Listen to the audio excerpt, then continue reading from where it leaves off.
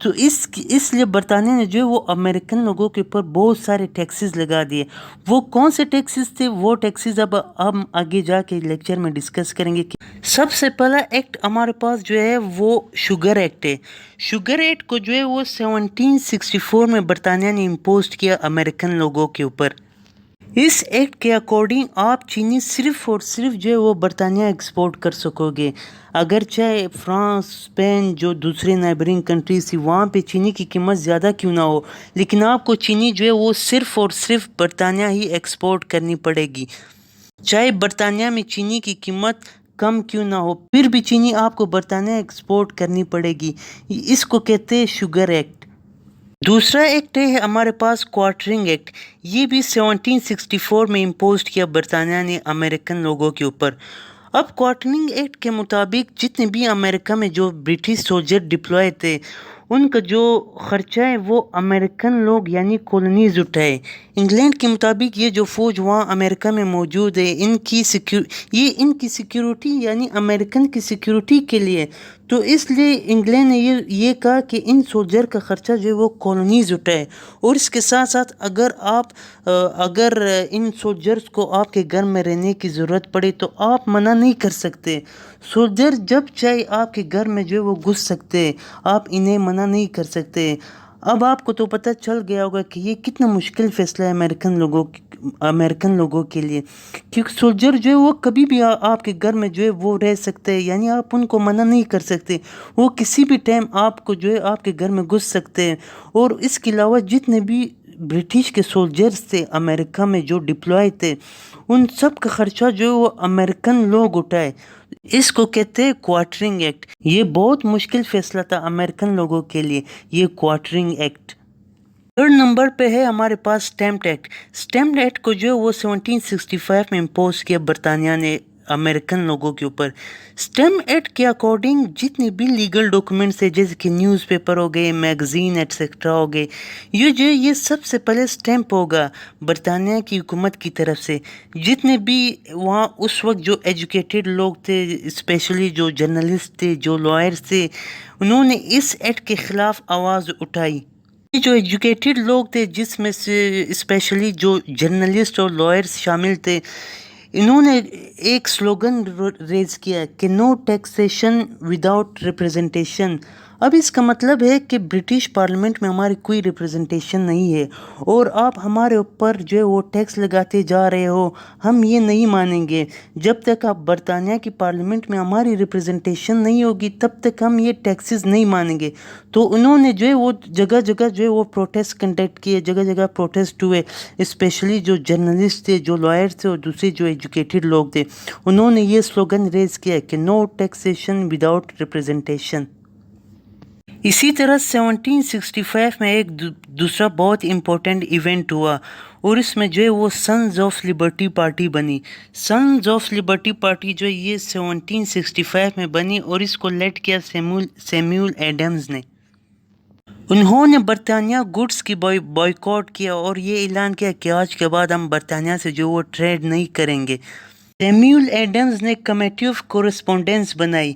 Committee of correspondence کا مطلب ہے کہ ہر سوسائٹی، ہر ٹاؤن اور ہر شہر میں ایسی کمیٹیز بنائی گئی کہ وہ ایک دوسرے کے ساتھ لنک تھی، ایک دوسرے کو لیٹر لکھتے تھے کہ کیا چل رہا ہے، کیسے پروٹیسٹ کرنا ہے اور کیسے آگے بڑھنا ہے.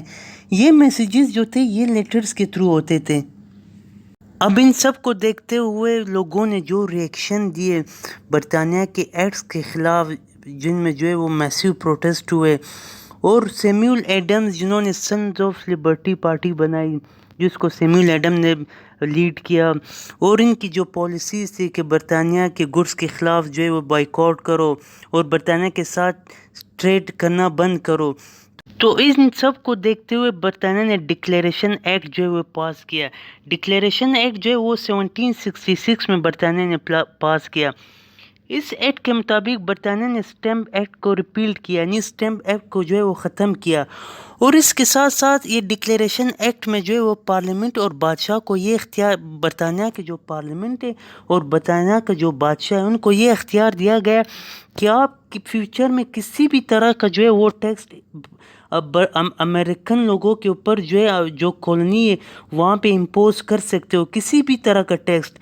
تو ان سب کو دیکھتے ہوئے لوگ جو ہے اور بڑک اٹھے, لوگوں کے اندر اور غم و غصہ پیدا ہو گیا کہ یار ہم جو ہے وہ دوسرے ایکٹ کو جو ہے وہ ریپیل کرنے کی باتیں کر رہے, آپ جو ہے ہمارے اوپر اور جو ہے وہ ٹیکسز لگانے کی بات کر رہے ہو. تو لوگوں نے جو ہے وہ میسیو پروٹیسٹ کرنا سٹارٹ کی یہ ڈکلیریشن ایکٹ کے خلاف کہ اب ہم جو ہے وہ برطانیہ کی جو بادشاہ ہے, جو کنگ ہے, وہ برطانیہ کا جو پارلیمنٹ ہے, اس کو ہم کوئی اجازت نہیں دیں گے کہ وہ ہمارے فیوچر میں ہمارے اوپر اور ٹیکسز لگائے. اب ہم ڈسکس کریں گے, یہ جانیں گے کہ بوسٹن مساکر کیا تھا.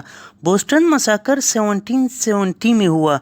اب لوگ جب برطانیہ کی جو ٹیکسز تھے ان کے خلاف پروٹیسٹ کر رہے تھے, سارے لوگ برطانیہ کے جتنے بھی برطانیہ نے ٹیکسز لگائے تھے ان کے خلاف پروٹیسٹ کر رہے تھے بوسٹن میں. تو اس پروٹیسٹ کے دوران جو ہے برطانیہ نے جو ہے وہ لوگوں کے اوپر جو ہے وہ فائر کھول دی. تو اس فائرنگ کے نتیجے میں جو ہے 5 لوگ ہلاک ہوئے, 5 لوگ مر گئے اس فائرنگ میں.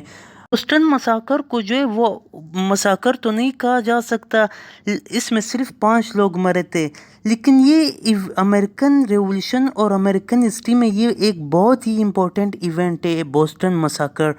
تو اس میں جو ہے وہ صرف 5 لوگ مرے تھے, لیکن اس کو جو ہے وہ یہ بھی ایک ریزن تھا جس نے امریکن ریولوشن کو جو ہے بوسٹ کیا. اس ایونٹ کے بعد لوگوں کے اندر اور غم و غصہ پیدا ہو گیا برطانیہ کے کولونیل رول کے خلاف. پال ریور اور سیموئل ایڈم نے جو ہے وہ اسٹرانگلی کنڈمڈ کیا اور لوگوں کو موٹیویٹ کیا کہ آپ برطانیہ کے جو راج ہے, برطانیہ کے جو کولونیل رول ہے ان کے خلاف کھڑے ہو. اور انہوں نے جو ہے وہ ایزیلی جو ہے وہ اس ایونٹ کے بعد لوگوں کو جو ہے وہ ایزیلی کنونس کیا اور لوگ جو ہے وہ برطانیہ کے جو کولونیل رول ہے اس کے خلاف اٹھ کھڑے ہو گئے. اب ہم ڈسکس کریں گے ٹی ایکٹ 1773. یہ ٹی ایکٹ 1773 کیا تھا؟ ایکچولی میں جب 1770s میں برطانیہ میں ایک نیو پی ایم جو ہے وہ الیکٹ ہوا, لارڈ نارتھ. انہوں نے جتنے بھی ایکٹ تھے وہ ختم کیے, لیکن ٹی ایکٹ کو جو ہے وہ ختم نہیں کیا. ٹی ایکٹ کو اس لیے ختم نہیں کیا کیونکہ اس وقت برطانیہ کے جتنے بھی لوگ تھے وہ ٹی کو بہت زیادہ کنزیوم کر رہے تھے. تو یہ بہت امپورٹنٹ سورس تھا برطانیہ کے لیے, تو اس لیے برطانیہ نہیں چاہتا تھا کہ ٹی ایکٹ کو جو ہے وہ ختم کیا جائے. ٹی ایکٹ کے خلاف جو ہے وہ ایک نیو پارٹی بنی ٹی کے نام سے, جس کو ٹی پارٹی کہا جاتا ہے. یہ دسمبر 1773 میں بنا. ایک گروپ جس کو سیموئل ایڈم نے جو ہے وہ لیڈ کیا, انہوں نے بوسٹن کے ایک پورٹ پہ ایک برطانیہ کی شپ کھڑی تھی جس میں جو ہے وہ 10,000 پاؤنڈز کی جو 10,000 پاؤنڈ کی ملکیت کی چائے وہاں پہ اس شپ میں موجود تھی. اس گروپ نے جو ہے وہ جتنی بھی چائے اس شپ میں موجود تھی جو اس تمام چائے کو جو ہے پانی میں پھینک دیا. یہ 10,000 پاؤنڈ کا جو ہے وہ چائے تھی. اگر اس کی جو ہے وہ قیمت آج کے دور میں جو ہے وہ پاؤنڈ میں کنورٹ کرے تو یہ تقریباً 1 ملین پاؤنڈ کی چائے بنتی ہے.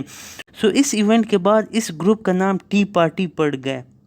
اس انسیڈنٹ کے بعد برٹش کی پارلیمنٹ نے جو ہے وہ 1774 میں انٹالریبل ایکٹ پاس کیا. اب یہ انٹالریبل ایکٹ جس کو جو ہے وہ 1774 میں پاس کیا, اس کے مطابق جو ہے جتنی بھی پبلک میٹنگز ہوتے تھے ہال میں, جتنے بھی مطلب پبلک میٹنگز ہوتے تھے ان کے اوپر جو ہے وہ بین لگا دیا. اور اس کے ساتھ ساتھ بوسٹن پورٹ جہاں پہ وہ شپ کھڑی تھی, جہاں پہ لوگوں نے اس شپ سے جو ہے وہ ٹی کو جو ہے وہ پانی میں پھینکا, اس بوسٹن پورٹ کو جو ہے وہ بند کیا گیا. اور اس کے ساتھ ساتھ جتنے بھی چائے کو جو ہے وہ لوگوں نے وہ جو سیموئل ایڈمز یعنی ٹی پارٹی نے جو ہے وہ جتنے بھی چائے کو جو ہے پانی میں پھینکا اس کا کمپنسیشن مانگا گیا, یعنی ان کی قیمت مانگی گئی. اس ایکٹ کے بعد جتنے بھی امریکنز میں جو پیٹریوٹس تھے, جو محب وطن تھے, انہوں نے ملیشیاز جو ہے وہ ٹرین کرنا سٹارٹ کی تاکہ ہم برطانیہ کے ساتھ ایک وار لڑیں. انہوں نے کہا کہ یار بس سے بہت ہو گیا, اب ہمیں جو ہے وہ اسٹرانگلی ایکٹ کرنا چاہیے. تو انہوں نے جو ملیشیا ٹرین کرنا سٹارٹ کیا اس ایکٹ کے بعد. اب جتنے بھی جو پیٹریوٹس تھے, جیسے کہ میں نے پہلے بتایا کہ انہوں نے جو ملیشیا ٹرین کرنا سٹارٹ کی, تو انہوں نے جو وہ سپتمبر 1774 میں جو انہوں نے فرسٹ کنٹیننٹل کانگریس بلائی. اس فرسٹ کنٹیننٹل کانگریس میں جو ہے وہ 12 جو اسٹیٹس تھے انہوں نے جو ہے وہ شرکت کی فرسٹ کنٹیننٹل کانگریس میں. انہوں نے جو ہے فیوچر کا لائمل ڈسکس کیا کہ یہ جو برطانیہ کا جو گروئنگ ایگریشن ہے اس کو کس طرح روکا جائے، اور اس کے ساتھ ساتھ انہوں نے برطانیہ کے جتنے بھی گڈس تھے ان کا بائیکاٹ کیا اور برطانیہ کے ساتھ ٹریڈ کرنا بند کیا.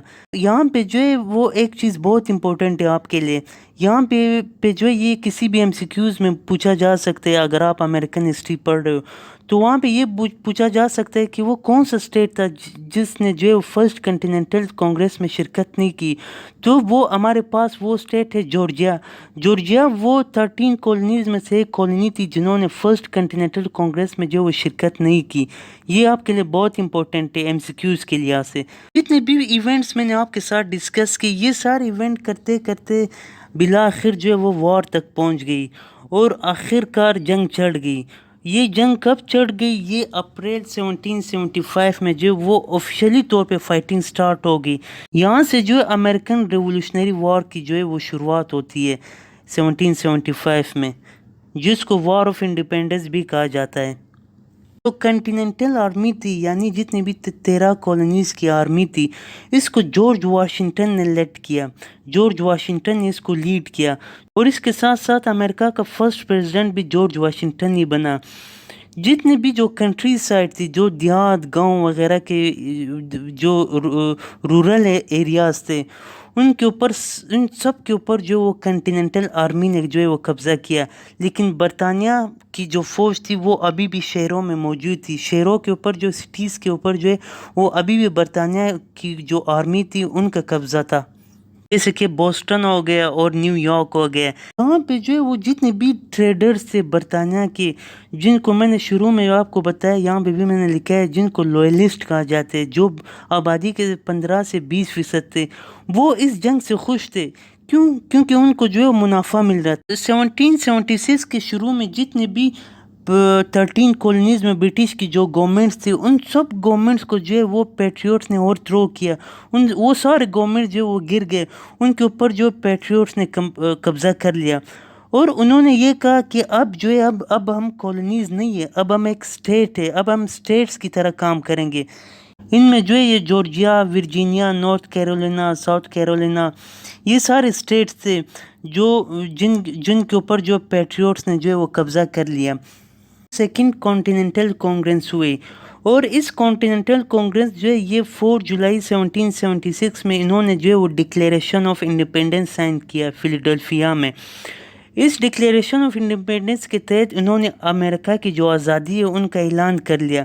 بے شک یہ جو ٹائم پیریڈ ہے یہ وار کا ٹائم پیریڈ ہے، لیکن یہ ڈیٹ جو ہے یہ ابھی تک امریکہ میں جو ہے وہ ایز اے انڈیپینڈنس ڈے امریکہ میں بنائی جاتی ہے. یہ جو ڈکلیریشن آف انڈیپینڈنس ہے اس کو جو ہے وہ تومس جیفرسن نے لکھا تھا. یہ جو سیکنڈ کانٹیننٹل کانگریس تھا یہ ایز اے گورنمنٹ کام کر رہی تھی. جتنے بھی وار کے خرچے تھے، سولجرز کے اخراجات تھے، ویپنز تھے، یہ سارے یہ سیکنڈ کانٹیننٹل جو تو کانگریس تھا یہ اٹھا رہی تھی. یہ ان کی دیکھ بھال جو ہے سارے سیکنڈ کانٹیننٹل کانگریس کر رہی تھی. یہ اب ایز اے گورنمنٹ کام کر رہی تھی اور ان کو جو ہے وہ فرانس جو ہے وہ سپورٹ کر رہا تھا. اب فرانس کیوں سپورٹ کر رہا ہے؟ یہاں پہ ایک سمجھنے والی بات ہے. فرانس اس لیے سپورٹ کر رہا تھا، فرانس کا یہ ماننا تھا کہ اگر امریکہ کے لوگوں نے برطانیہ کو شکست دی تو فرانس جو ہے وہ امریکہ کی جو اس کی جو فارمر کالونیز تھی وہ ری کیپچر کرے گا. فرانس واپس امریکہ میں جو ہے وہ انٹر ہوگا ایز اے کولونیل پاور. لیکن انفارچونیٹلی جو ہے فرانس جو ہے وہ اس میں جو ہے وہ ناکام ہو گیا. یہ جو وار ہے یہ امریکن ریولوشنری وار یہ اکتوبر 1781 میں جو ہے وہ ختم ہوا. یہ ختم ہوا جب جنرل کارنوالیس نے جو ہے وہ یارک ٹاؤن میں جب سرنڈر کیا. اس کی سرنڈر سے جو ہے وہ امریکن ریولوشنری وار جو ہے وہ ختم ہوئی. جیسے یہ جنگ ختم ہوئی اس کے بعد جو ہے وہ 1783 میں ٹریٹی آف پیرس سائن ہوئی. ٹریٹی آف پیرس جو ہے وہ برطانیہ اور امریکہ کے درمیان سائن ہوئی. اس ٹریٹی کے بعد جو ہے برطانیہ نے امریکہ کی انڈیپینڈنس کو جو ہے وہ تسلیم کیا. اب انہوں نے امریکہ کو ایز اے انڈیپینڈنس اسٹیٹ تسلیم کیا اس ٹریٹی کے بعد. اس ریولوشنری وار میں جو وہ تقریباً 1 لاکھ سولجر مارے گئے. یہ بہت بڑی تعداد ہے اس وقت کی آبادی کے مطابق. 70-80% جو لوگ تھے اس وقت جو سولجرز کی جو ڈیتھ کی سبب بنی وہ ڈیزیزز تھے. اب ہم امریکن جو ریولوشنری وار ہے یا امریکن ریولوشن ہے اس کے سگنیفیکنس امپورٹنس ڈسکس کریں گے. سب سے پہلا پوائنٹ ہمارے پاس ہے independence of United States of America. American revolution نے ایک نئی کنٹری کی بنیاد رکھی، یونائٹڈ اسٹیٹس آف امریکہ کی. یونائٹڈ اسٹیٹس آف امریکہ ایک نیا اور انڈیپینڈنٹ کنٹری بنی. اگر امریکہ میں ریولوشن نہیں ہوتا تو شاید آج یونائٹڈ اسٹیٹس آف امریکہ نہیں ہوتا، شاید آج دنیا کا پولیٹیکل اور اکنامک سسٹم الگ ہوتا. اس کے علاوہ اگر یو ایس اے وجود میں نہیں آتا تو شاید وہاں پر نیشنلزم بھی نہیں ہوتی. تو امریکن ریولوشنری وار نے جو ہے وہ ایک نئی کنٹری کی بنیاد رکھی جس کو یونائٹڈ اسٹیٹس آف امریکہ کہا جاتا ہے. اور اس کے علاوہ جو ہے وہاں پہ جو یونائٹڈ اسٹیٹس آف امریکہ ہے وہاں کے لوگوں کے اندر ایک نیشنلزم کی لہر پیدا کی. سیکنڈ پوائنٹ ہمارے پاس ہے ڈفرینٹ ٹائپ آف اسٹیٹ. اب یہ ڈفرینٹ ٹائپ آف اسٹیٹ کا مطلب یہ کہ اس وقت کے ایرا کے مطابق، ٹائم کے مطابق اس وقت اکثر کنٹریز میں جو ہے وہ مونارکیز ہوتی تھی، اتھارٹیرین رول ہوتا تھا. لیکن امریکہ میں جو ہے وہ ڈفرینٹ ٹائپ آف گورنمنٹ آ گئی اور اس کو جو ہے وہ ریپبلک کہا جاتا ہے. ریپبلک اس گورنمنٹ کو کہتے ہیں جس کا ہیڈ آف اسٹیٹ جو ہے وہ الیکٹڈ ہو، جو لوگ ان کو منتخب کرے. تو امریکہ اس ٹائم کے مطابق واحد کنٹری تھی جہاں پہ جو ہے وہ ڈیموکریسی آ گئی تھی، جہاں پہ ہیڈ آف گورنمنٹ جو ہے وہ لوگوں کی ذریعے وہ چنا جاتا تھا، لوگ اس کو الیکٹ کرتے تھے. تو یہ ایک اس وقت کے ٹائم کے مطابق ایک ڈیفرنٹ اسٹیٹ جو ہے وہ اسٹیبلش ہوا، جو ریپبلک تھا، جس میں ڈیموکریسی تھی، جہاں پر لوگ جو ہے وہ بادشاہ والا سسٹم ختم ہو گیا کہ بادشاہ ہوگا، پھر اس کا بیٹا ہوگا، پھر اس کا بیٹا ہوگا یا پھر اس کا بھائی ہوگا. یہ جو فیملیل رول تھا یہ ختم ہو گیا. مونارکی سے لوگ جو ہے وہ ڈیموکریسی کی طرف آ گئی. تھرڈ پوائنٹ ہمارے پاس ہے اینٹی امپیریلسٹ نیشن. امریکہ چونکہ خود ایک کالونی رہ چکی تھی اس لیے وہاں کے لوگوں کے اندر کالونیز کے اگینسٹ بہت ہی نفرت تھی. سو انہوں نے جو کالونیز تھی یہ کالونیل رول کے جو ہے وہ خلاف جو ہے وہ آواز اٹھائی. انہوں نے کالونیل رول کو جو ہے وہ کنڈم کیا اور اس کو ریجیکٹ کیا. یہ الگ بات ہے کہ جو لیٹ 18 اور 19 سینچری میں امریکہ بھی ایک کالونیل پاور بن گیا تھا. لیکن اس وقت جب امریکہ نے نئی برطانیہ سے جو ہے وہ آزادی حاصل کی اس وقت جو ہے وہ امریکہ جو ہے وہ کالونیل رول کے اگینسٹ تھا. فورتھ پوائنٹ ہمارے پاس ہے کہ idea of enlightenment found practicable shape.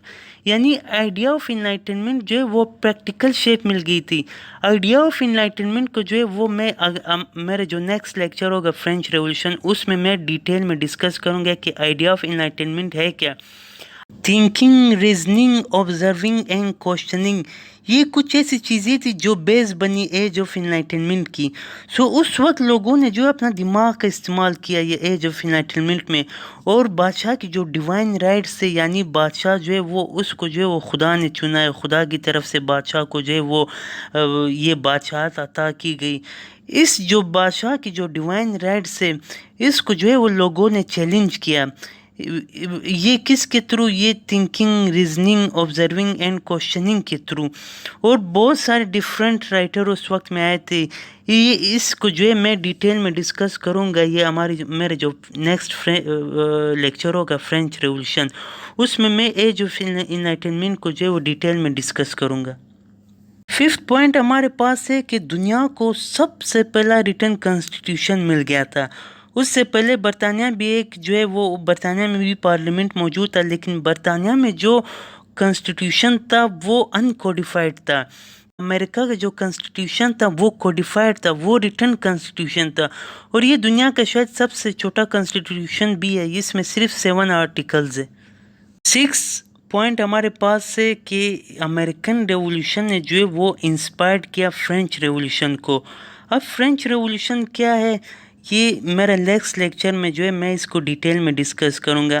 سو یہ ایک لیکچر کی جو ہے وہ سیریز ہوگی. سب سے پہلا جو ہے وہ انڈسٹریل ریولوشن، اب امریکن ریولوشن ہے. اس کے بعد نیکسٹ لیکچر جو میرا ہوگا وہ فرینچ ریولوشن کے اوپر ہے. اب امریکن ریولوشن نے فرینچ ریولوشن کو انسپائرڈ کیا. تو میرا نیکسٹ لیکچر میں ڈیٹیل سے ڈسکس کروں گا کہ فرینچ ریولوشن کیا ہے. صرف آپ یہ پوائنٹ نوٹ کریں کہ امریکن ریولوشن ہے جو وہ it inspired the French revolution.